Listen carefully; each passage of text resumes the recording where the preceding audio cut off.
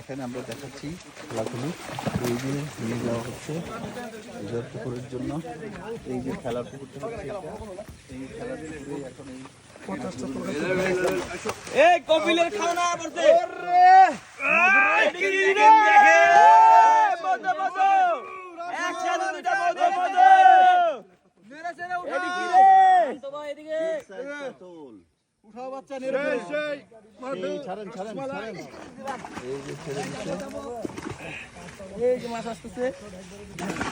কি মাছ কাতলা সুন্দরী। আরে কাতলা সুন্দরী, আরে কাতলা সুন্দরী রে আসল ভাই এদিকে দেন। আরে সুন্দরী এই যে ওয়ারে মাছ ধইতে পারে না এত ওজন।